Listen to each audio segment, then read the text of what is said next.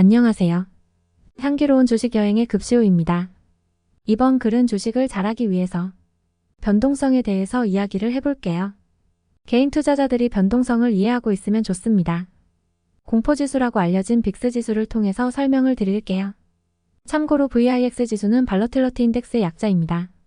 미국의 반더빌트 대학교의 로버트 웨일리 교수에 의해 개발이 되어 1993년부터 시카고 옵션 거래소 CBOE에서 거래일마다 실시간 계산되어 공표가 되죠. 공부를 하실 때 구체적인 요인까지 모두 파악해서 정밀하게 알고 있으면 좋지만 우린 그렇게 할 필요가 없습니다. 빅스 지수는 옵션 가격을 바탕으로 해당 주식에 숨겨져 있는 변동성을 측정하는 지수인데 S&P 500이 기준이 됩니다. 빅스 지수가 구체적으로 어떻게 계산이 되고 옵션 가격 변화를 파악하는 블랙쇼울즈 모형이 어떻고 이런 것을 우리가 알 필요가 없다는 것입니다.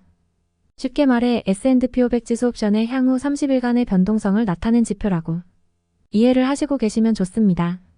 다소 복잡한 이해는 조금 더 내용이 전개가 되는데 쉽게 말하면 우리가 자동차 보험을 사고 위험에 대비 보험금을 들고 이를 비용 처리하는 것과 마찬가지입니다.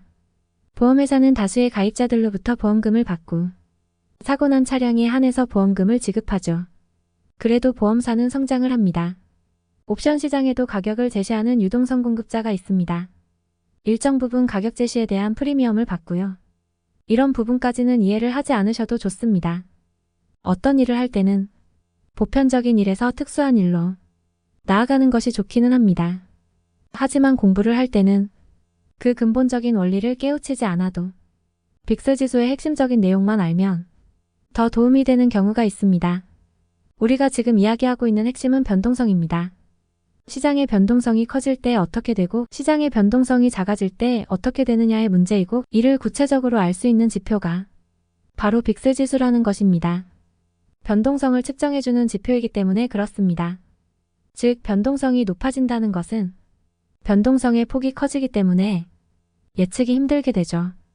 반대로 변동성이 작게 되면 예측이 쉽게 됩니다. 쉽게 이해를 도와드리도록 하겠습니다.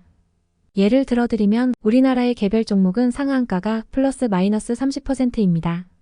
즉 하루 변동폭이 60%나 되죠. 상한가를 맞았다가 바로 하한가로 전환이 되면요. 변동폭이 아주 크죠. 그런데 코스피의 경우 하루 1% 이하로 거래될 확률이 70% 정도입니다.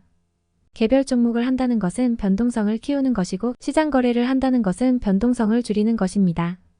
쉽죠? 다음 동영상에서 조금 더 변동성에 대한 이야기를 이어갈게요. 변동성의 이해는 주식을 하는 데 있어서 중요한 일입니다.